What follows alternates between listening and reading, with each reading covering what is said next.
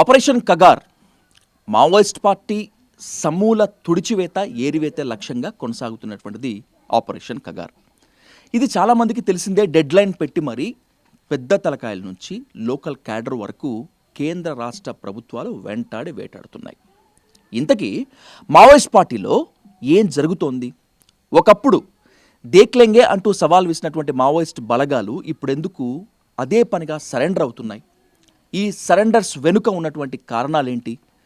Maoist పార్టీలో చీలికలా, అంతర్గత విభేదాలా, లేక అసలు మావోయిస్ట్ పార్టీలో ఏం జరుగుతోంది అనేటువంటి దానిపై ఇన్ డీటెయిల్గా ఇన్ డెప్త్గా డిస్కస్ చేద్దాం. ఇప్పటి వరకు తెలుగు మీడియాలో చేయనటువంటి ఇంటర్వ్యూ ఇది. మావోయిస్ట్ పార్టీ మాజీ చీఫ్ గణపతి, అలాగే మాజీ చీఫ్ నంబాల కేశవరావుకు గన్మన్గా పనిచేసినటువంటి మాజీ మావోయిస్ట్ బాబు అలియాస్ భీమా కవాసి మనతో ఉన్నారు. మాట్లాడతాం. बाबूजी, आप आत्मसमर्पण होके सरेंडर होके 4-5 महीने हुआ था. पहले ये बता, आपका सरेंडर का, आपका आत्मसमर्पण का असली कारण क्या है? ठीक है सर, मैं 2024 से ही संगठन में बताया हूँ कि मेरा हेल्थ प्रॉब्लम है, इसलिए मैं संगठन में काम नहीं कर सकता, इसलिए घर जाके थोड़ा इलाज वगैरह करके मैं गांव के हिसाब से साधारण ज़िंदगी जीना चाहता हूँ, इसलिए यहाँ से ट्रांसफ़र होके जाऊँ करके बताया हूँ. तो तब मैं फिर परिस्थिति के हिसाब से बहुत ऑपरेशनें चल रही थी, इसलिए मैं थोड़ा हड़बड़ी में जल्दीबाजी आया हूँ. तो दंतेवाड़ा में ही हमको पुलिस ने पहले सूचना पा ली, इसलिए वो पकड़ने के लिए बोल रहे थे. तो हम लोग पहले फिर उनको संपर्क किए, तो उसके बाद दंतेवाड़ा में गए सरेंडर करने के लिए. आपका उम्र देखे तो, आपकी एज देखे तो बहुत छोटा लग रहा है. मैं सुनाया आप बसवराज दादा के साथ काम करें और गणपति साहब से साथ काम करें. कितने साल में आप संगठन पे गए? किसके साथ आप घूमे और क्या क्या करें? मैं 2012 में घर से संगठन में गया, मतलब यहाँ पर जो जनता सरकार आश्रम करके चल रही थी उसी स्कूल से 6वीं कक्षा करके मैं फिर संगठन में जुड़ गया हूँ. फिर उसके बाद संगठन में भी एक दंडकारण विद्या विभाग द्वारा BCTS करके साला चलाते हैं, उसमें मैं 6-7 महीना अध्ययन किया. उसके बाद फिर कंपनी नंबर 7 में गए. कंपनी नंबर 7 में ही 2024 आखिरी तक रहा हूँ. उसमें जो सेंट्रल सचिव के लिए प्रोटेक्शन टीम कंपनी नंबर 7, उसमें मैं काम किया. आप गणपति साहब से काम करें, कौन सा टीम पे आप काम करें गणपति साहब से? और आप गनमैन है गणपति साहब का? सर, कंपनी नंबर 7 तो वो पूरा गणपति और बसवाराजू दादा के लिए प्रोटेक्शन टीम था, इसलिए उसी कंपनी में मैं अलग अलग डिपार्टमेंट में भी काम किया हूँ, जो मेडिकल टीम और प्रेस टीम, इन टीमों में. प्रेस टीम बोले तो प्रेस टीम में कौन कौन रहते, क्या क्या करते प्रेस टीम पे? उसमें ज़्यादातर अलग अलग विषयों का अलग अलग डिवीज़न थे एरिया से, और पूरा पार्टी का जो भी किताबें निकालना और स्टेटमेंट्स बनाना ये सब करते. उसमें मैं वो टाइपिंग वगैरह करता था. और टीम में मुख्य रूप से वो जंगू दादा, मधु दादा करके रहा, वो भी एनकाउंटर में मारा गया. उसी बसवाराजू जब शहीद हुआ तो उस टीम में ही वो भी मारा गया है. तो उसने इस प्रेस टीम को चलाते थे. मैं पर्सनल ज़्यादातर मेडिकल टीम का देख रेख करता था. माओइस्ट का प्रेस टीम बताए तो, प्रेस टीम बोले तो रिसेंट टाइम्स पे मिडको नाम बहुत सुनाया था. रेणुका दीदी का, जी सर, अलियास बानो का. वो सब लोग बोल रहा है कि माओइस्ट पार्टी इंटेलेक्चुअल्स में मिडको एक इम्पोर्टेंट व्यक्ति थी. जी सर. उनका दिमाग कैसा रहता, उनका विज़न कैसा रहता, वो प्रेस में क्या क्या करी उन्होंने? मैं तो उसको ज़्यादा समय तक मिल के नहीं रहे हैं, कभी कभार मीटिंग के दौरान आती थी वो, क्योंकि दंडकारण और प्रेस टीम में रहे. DK प्रेस टीम उसकी अलग टीम है. हमारा कंपनी नंबर जो सेंट्रल कमेटी के लिए जो सब कुछ बनाया जाता है उसमें मैं रहा. और एक विभाग आप जो काम करें मेडिकल, वो तो इम्पोर्टेंट का. आपका मेडिकल टीम में डॉक्टर्स रहते, नहीं तो एक डॉक्टर संगठन में आके सब लोगों को ट्रेनिंग करते, क्या क्या करते? हम लोगों को पहले ट्रेनिंग दिया गया है. जो पार्टी में रफ़ीक करके डॉक्टर था, वो कहीं बाहर से आया, अभी शायद झारखंड में गया होगा. उसने हमको 3-4 महीने तक ट्रेनिंग दिया है। मतलब पार्टी वालों को, मतलब गुरिल्ला ज़िंदगी में दलाम वालों को क्या क्या समस्या होता है, क्या क्या बीमारी होता है, उसके लिए क्या क्या दवाइयाँ किस किस तरह का मतलब लक्षण देख के और कुछ सारी बॉडी निर्माण के बारे में भी पढ़ाया जाता है उसमें। वो सब हम लोग थोड़ा अध्ययन करके क्या क्या दवाई देना है किस बीमारी के लिए, सब हम लोग सीखे हैं। तो उसके बाद हम ही ने बीमारियों को सब कुछ ठीक करते थे, दवाइयाँ जो भी हो मांगवा कर दिया जाते थे। मेडिकल टीम तो बहुत इम्पोर्टेंट टीम था जी। कुछ एनकाउंटर में कुछ मारपीट लगे तो वो मेडिकल टीम ही ट्रीट करते, नहीं तो बाहर से कुछ आके वो ट्रीट करते। गंभीर केसेस में बाहर से आके करते थे। हम लोग तो कभी एनकाउंटर में नहीं फंसे हैं अभी तक, मतलब खबर शुरू होने के पहले तक किसी भी एनकाउंटर में नहीं फंसे। हमारे साथी भी कोई घायल वगैरह नहीं हुए हैं।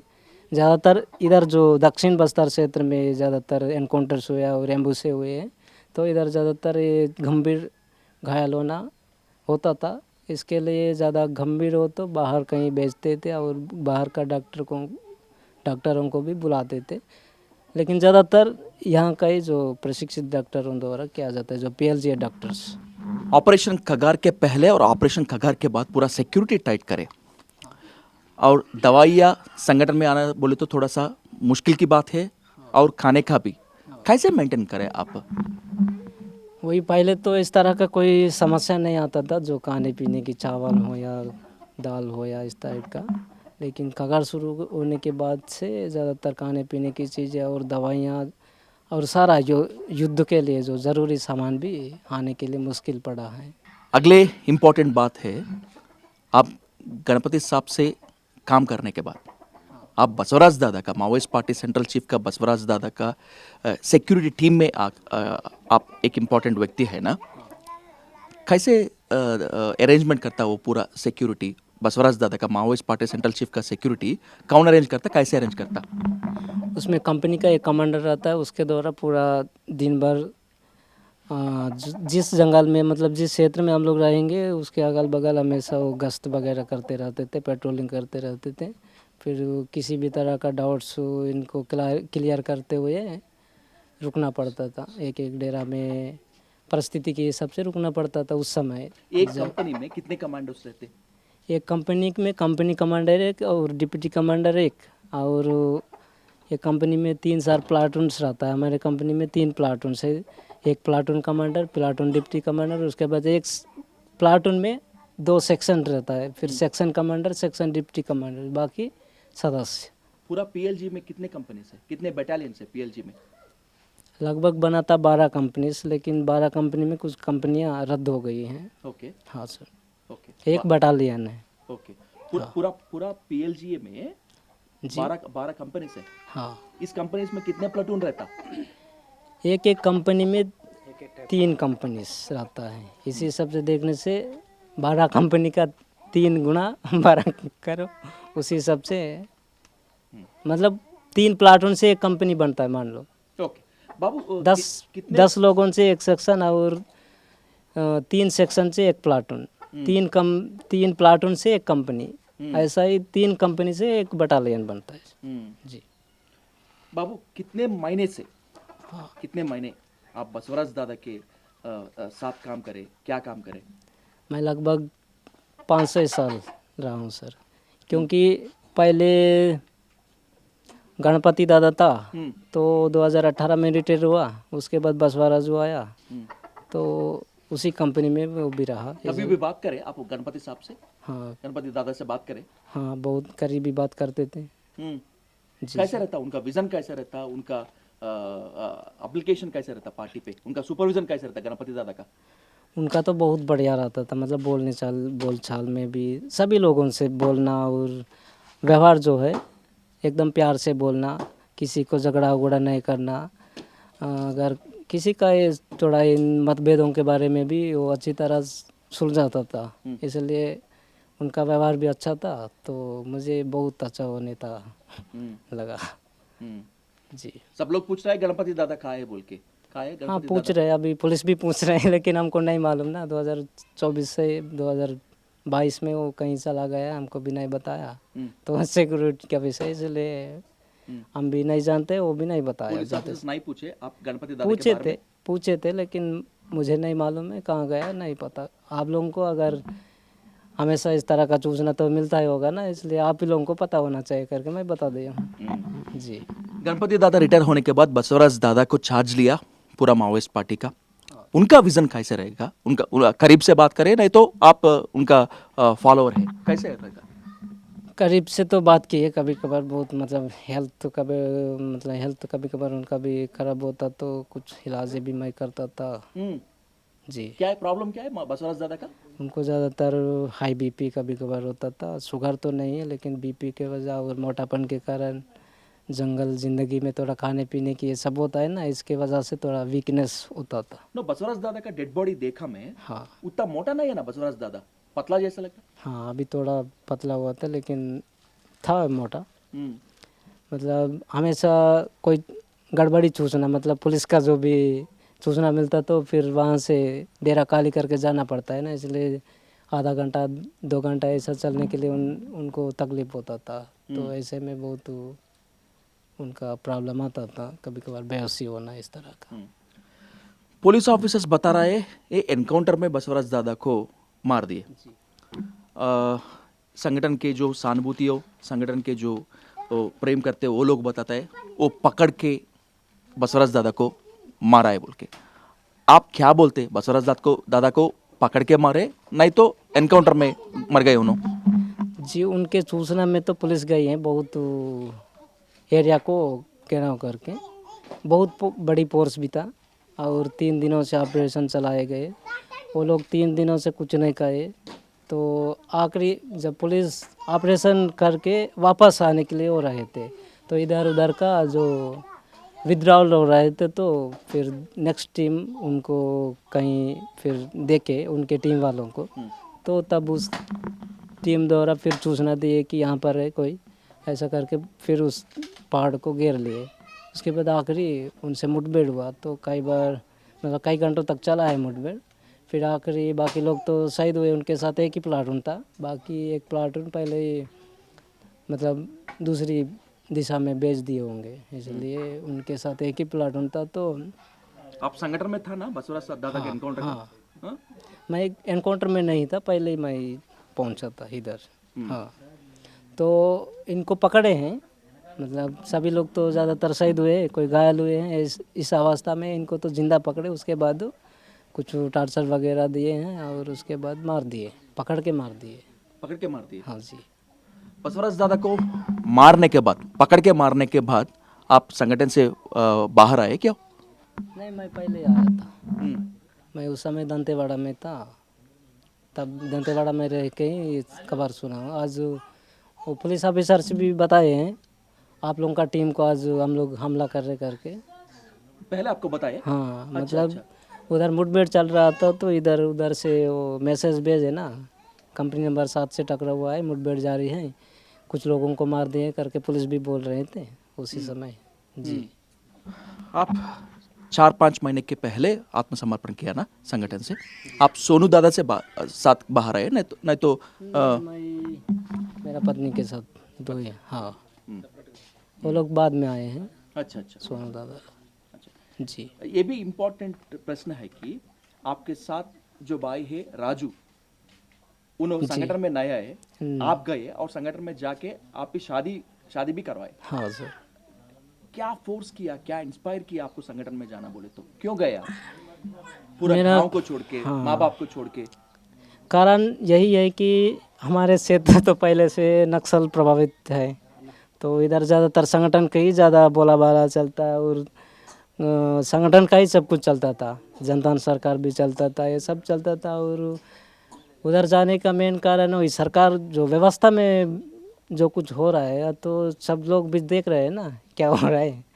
और उस समय ज़्यादातर सलवार जुर्म तो इधर जो दक्षिण बस्तर क्षेत्र में पूरा आग से हवाला कर दिया, सभी घरों को और महिलाओं को अत्याचार किया। वो सही है? सही है। हाँ।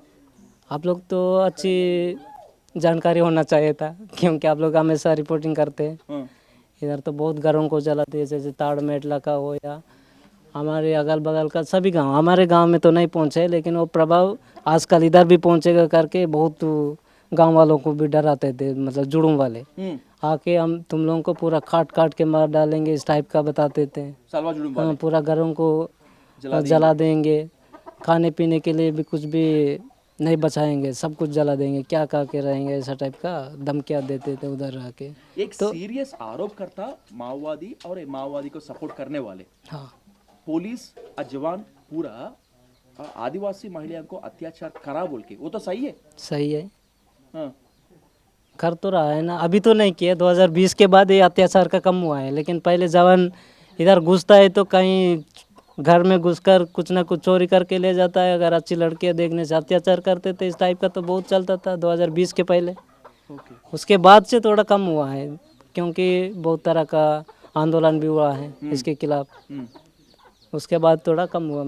इधर एक हिड़ में गोमगुड़ा के किधर का, उस घटना से थोड़ा प्रभावित ज़्यादा हुआ, लोग भी बहुत हड़ताल जुलूस किए, इसके वजह से उसके बाद से कम हुआ है इस तरह का घटनाएं। ओके बाबूजी। गाँव में भी बहुत कुछ चोरी करके पुलिस लेके गए उस समय, मैं वैसा सुना हूँ रिपोर्ट, मतलब गांव वाले बताया हमारे घर से इतने पैसे लेके गए, मुर्गे लेके गए, बकरे लेके गए, इस टाइप का। जी बाबूजी, मैं 3 सवाल आपके पहले रखता हूँ, वो 3 सवाल से मैं इंटरव्यू कंप्लीट कर लेता हूँ। पहले सवाल, संगठन में कुछ गड़बड़ चल रहा है बोल के वो पूरा न्यूज़ आ रहा है, अगर वो सही है तो गड़बड़ तेलुगु लीडर्स के साथ है, तेलुगु लीडर्स और ये दंतेवाड़ा और बस्तर, ये लीडर्स के बीच में कुछ है, वो तो सही है?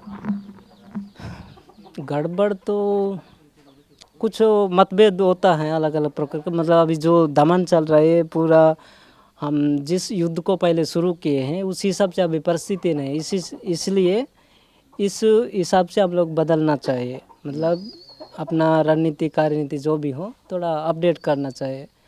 पुराने तरीके को ही लेकर हम अभी भी लड़ने से फिर अभी का जो परिस्थिति में, मतलब फोर्स का ज़्यादा निगरानी है सभी प्रकार से, ड्रोन से हो या अंदर से हो या ह्यूमन हिसाब से हो या इस तरह का निगरानी है, और बड़ी संख्या में अगर एक जगह में सूचना मिली तो हज़ारों फोर्स आके घेराव करते, धीरे धीरे उसमें कार्ड एंड सर्च करके पूरा साफ करना, इस तरह का इनका जो कगार शुरू होने के बाद। कभी भी फेस किया आप एनकाउंटर कैसे? साल पे? हाँ, कुछ ना कुछ एनकाउंटर में मैं शामिल नहीं रहा हूँ, किसी भी एनकाउंटर में मैं शामिल नहीं रहा। कभी शामिल नहीं हुआ? हाँ, कभी कभार अंदर फंसे थे, लेकिन हम लोग फायरिंग नहीं किए, तो चुपचाप कहीं छुप गए थे, तो फोर्स इधर उधर से गई है, लेकिन हम आपके साथ कौन सा वेपन रहेगा? मेरा AK-47? Carbine, steel carbine. हाँ जी। वो भी आपका आत्मसमर्पण टाइम पे वो पुलिस को दिए? नहीं, मैं सौंप के आया हूँ, अच्छा अच्छा, मैं वैसा यार मतलब खाली हाथों से आपके बीवी के साथ आए? हाँ जी। दूसरा सवाल आपके सामने मैं पूछना चाहूँगा, अभी वो माओवादी को बारे में और माओवादिस्ट पार्टी के बारे में पूरा देश तलाश कर रहा है, सोच रहा है, बात कर रहा है, खाली हिडमा के बारे में। कभी आपको हिडमा को मिला? अगर मिले तो कैसा रहेगा उनका विजन? मैं तो 2018 में एक बार मिला और 2024 में हिडमा से एक बार मिला था। 2 बार मिला था? हाँ, 18 और 24 पे? जी। हाँ पर्सनली बात तो नहीं हुई है, वैसा जनरली जाते हुए आते हुए हाँ। देख के हूँ बस। उन्होंने PLG का कमांडर है ना? जी सर। हाँ। तो उनका विजन तो ज़्यादातर मतलब युद्ध किस हिसाब से लड़ना, मतलब पुलिस को कैसे घेरना, किस तरह का एम्बुश करना, इस तरह का तो बहुत माहिर था, मतलब प्लान्स बनाने में। इसलिए यहाँ जो भी घटनाएं हुई हैं ये दक्षिण बस्तर क्षेत्र में, इसमें कुछ उनका भी हाथ रहा है, मतलब हिरमा का हाथ। तो इसी सब देखने से 151 कैंप के ऊपर हमला और कुछ कुछ बटालियन पे हमला, वो भी हिरमा जी जी, मतलब उसमें कई नेता लोग मिले रहते हैं, लेकिन सटीक प्लानों में थोड़ा हिरमा का ज़्यादा अनुभव होता है, इसलिए वो कर पाया है, कई मुठभेड़ों को अंजाम दिया। इस हिसाब से देखने से हिरमा गुरिल्ला युद्ध का जो थिंक टैंक्स बोल सकते हैं, थिंक टैंकर बोलते हैं। हाँ। जी, इस हिसाब से वो तो बहुत माहिर था सर। हिडमा के बाद अभी बता रहे बरसा देवा के बारे में, कैसा रहेगा उनका विजन? आप पहले मिले? मैं देवा से तो कभी नहीं मिला हूँ, लेकिन सुना है? हाँ सुना हूँ। हाँ। लेकिन मीडिया ज़्यादातर हाईलाइट कर रही है, लेकिन उनका मुझे लगता है ज़्यादा इस तरह का नहीं होंगे शायद। बरसा देवा के बारे में? हाँ, ओके ओके। क्योंकि वो बटालियन का फिर वो मतलब कमांडर बना है ना, इसलिए मीडिया तो ज़रूर हाईलाइट करेगी, बड़ा नाम देगा। इरमा को भी तो कमांडर ये सबसे तो बड़ा नाम दे रहे हैं, लेकिन जो पार्टी का सैद्धांतिक रूप से, राजनीतिक रूप से जो चलाने में उनका भी कुछ खामियां रही है। लेकिन हाँ हिरमा के बारे में बोलना बोलता खाली मिलिट्री एक्शन का बोलना। हाँ आप जो बोलना जैसे सैद्धांतिक का, ये राजकीय में थोड़ा सा कमी है। हाँ। और इनका इरमा का जो है ज़्यादातर वेपन्स अलग अलग टाइप का, मतलब इम्प्रोवाइज टेक्नोलॉजी से बनाने में थोड़ा ये भी इसमें माहिर था इरमा, इसी सब में देखने से। जी राइट बाबूजी, आखिरी सवाल मैं पूछना चाहता हूँ। केंद्र सरकार डेडलाइन रखे, अमित शाह बोल रहे हैं, और कुछ डेट पे ऑपरेशन कगार के नाम पर पूरा माओवादियों को टोक देंगे बोल के। अगर उनके अनुशासन के जैसा, उनके बात के जैसा वो टोकने के बाद सब कुछ खत्म होते माओवादियाँ और माओइज्म? मुझे लगता तो नहीं है, लेकिन बाकी जो बचे कुचे साथी लोग बाकी अभी जल्दबाजी में आ रहे हैं ना सरेंडर करने के लिए, तो इस हिसाब से संख्या इस सबसे घट सकती है, बहुत कमज़ोर भी हो सकती है पार्टी। मतलब बहुत संख्या में मारे भी जा सकते हैं, लेकिन विचारधारा जो है वो फिर से उठ सकता है, क्योंकि व्यवस्था में कुछ सुधार नहीं हुआ तो फिर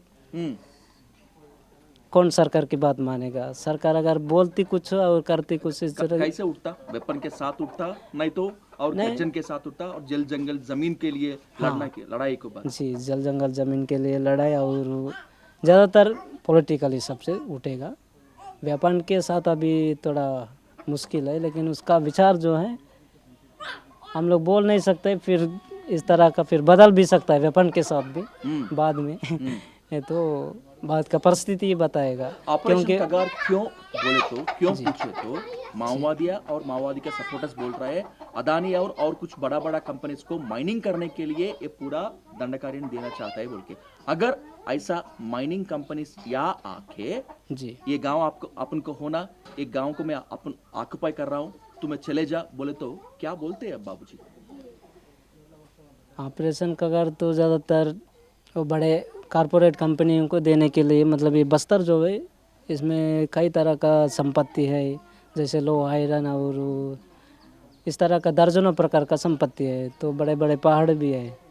अभी देखिए अब अबूझमाड़ को कब्जा कर लिए करके बोल रहे हैं ना, उसमें नक्सल मुक्त हो गया करके, मतलब नक्सल मुक्त मतलब सरकार उसका बेच दिया है पहले ही। अभी वो कंपनी वाला आके पूरा उसको हड़प लेगा, खदान माइनिंग शुरू हो जाएगा। इधर भी अभी वही चर्चा चल रहा है, जैसे करे गुट्टा उस समय 1 महीना का ऑपरेशन किए हैं, उसके बाद से फिर सरकार फिर जल्दीबाजी में घोषणा कर दी है, फिर इधर से रेल लाइन बिछाना है, बड़े बड़े रोड लेके जाना है, मतलब वहाँ माइनिंग शुरू करने के लिए। इसी हिसाब से हो रहा है। हमारे क्षेत्र में भी किसी भी लोगों का मतलब पट्टा नहीं है ज़मीन का। इस हिसाब से देखने से इनके पास कोई डॉक्यूमेंट्स नहीं है, आधार नहीं है, ना किसी भी प्रकार का डॉक्यूमेंट नहीं मान लो, तो उनका जब नक्सलवाद ख़त्म होता है यहाँ इस क्षेत्र में, तो पूरा ज़मीन छीना जाएगा। ये तो हमको स्पष्ट ही लग रहा है। जी सर। आखिरी सवाल मैं तो वेरी इंपॉर्टेंट सवाल था, मैं भूल गया। मीडिया में और कुछ बाहर कुछ ना कुछ डिस्कस कर रहा है, बसवराज दादा का एनकाउंटर और हिडमा का एनकाउंटर, ये एनकाउंटर के पीछे सोनू दादा है और आशा नाबी है बोल के, वो भी आपका विश्वास करते हैं? नहीं तो आपका कुछ स्टेटमेंट देते हैं। मैं विश्वास नहीं करता हूँ सर, ये तो उनका वो लोग शायद इस हिसाब से नहीं है, ये कुछ हम लोग जो उपयोग कर रहे हैं साधन, मतलब उपकरण, उसमें भी पुलिस को सीधा सूचना पड़ता है। हम लोगों को 2 बार उधर घेर लिए थे, तो उसमें हमको लगा कोई खबर दिया होगा, या तो कोई सूचना पर रेकी करके मुखबिर टाइप का आके देख के गया होगा, ऐसा लगा था हम लोग उधर रहते वक्त। लेकिन इधर आने के बाद ना हमको स्पष्ट लग रहा है, हमारे पास जो walkie talkie, radios, computers, tablets, mobiles, जो भी उपकरण है इलेक्ट्रॉनिक, इसका सावधानी उपयोग करने में कमी है, तो इस वजह से तुरंत लोकेशन पहुंचता है पुलिस के पास। उनके पास तो सभी प्रकार का निगरानी है, इसमें भी है, तो इस हिसाब से ज़्यादातर वो लोग लोकेशन पता करते हैं, तो तब भी हमला हो रहा है। सोनू दादा और रुपेश के यहाँ ये तो गलत फहमी है, बुद्धिजीवी लोग ही बोल रहे हैं, ऐसा तो नहीं है, नहीं होता है। वो लोग तो एक विचार का मतभेद है। अभी हथियार लेके हथियार पकड़ के युद्ध करने का परिस्थिति नहीं है, इसलिए तत्काल हथियार छोड़ना है और संविधान के साथ लड़ना है। अगर हम लोग फिर जंगल में ही रहेंगे तो ज़्यादा संख्या में मारे जाएंगे, फिर बाकी मतलब बाद में युद्ध करने के लिए फिर सब लोग मरने के बाद कौन करेगा। इसलिए संविधानिक हिसाब से ही कुछ जो भी करना है उसी हिसाब से ही करते रहेंगे। अगर परिस्थिति बदल जाएगा तो उसी हिसाब से फिर बदल कर संविधान, जैसे नेपाल में हुआ है या तो बांग्लादेश में हुआ है, श्रीलंका में, ये सब तरीका है ना, ये सब अपना सकते हैं। इस टाइप का भी वो लोग सोचे होंगे, मेरा जो उनका इंटरव्यू और उनका जो स्टेटमेंट देखने से पता चला है। जी। అధునాతన సాంకేతిక పరికరాలు మొత్తం అంతా పోలీసుల వద్దే ఉన్నాయి, మావోయిస్టుల వద్ద లేవు కాబట్టి, and by the same way ఇప్పుడు ఉన్నటువంటి పొజిషన్స్లో ఆయుధాలు పట్టుకొని విప్లవం చేసేటువంటి పరిస్థితులు లేవు కాబట్టే అనారోగ్య సమస్యల వల్ల, ప్రస్తుత ఉన్నటువంటి సమస్యల వల్ల మావోయిస్టులంతా లొంగిపోతున్నారని, ఇప్పుడు మేము కూడా అందుకే లొంగిపోయామని చెప్పి బాబూజీ చెప్తున్నారు. బాబూజీ చెప్తున్నది చివరిగా ఒకటే, ఇప్పుడు ఆపరేషన్ కగార్తో ఆయుధాల్లో ఉన్నటువంటి మావోయిస్టులని చంపేయచ్చు, అణిచివేయచ్చు, కానీ రాబోయేటువంటి రోజుల్లో ప్రజల నుంచి తిరుగుబాటు వస్తే ప్రభుత్వాలు తట్టుకోలేవని చెప్తున్నారు బాబూజీ ఇలాంటి వ్యక్తి కాదు. మాజీ మావోయిస్ట్ చీఫ్ గణపతి, అలాగే మాజీ మావోయిస్ట్ చీఫ్ బసవరాజ్ దాదాకు గన్మెన్గా పనిచేసినటువంటి the most wanted Maoist Babuji. ఇది బాబూజీతో ఎక్స్క్లూజివ్ ఇంటర్వ్యూ.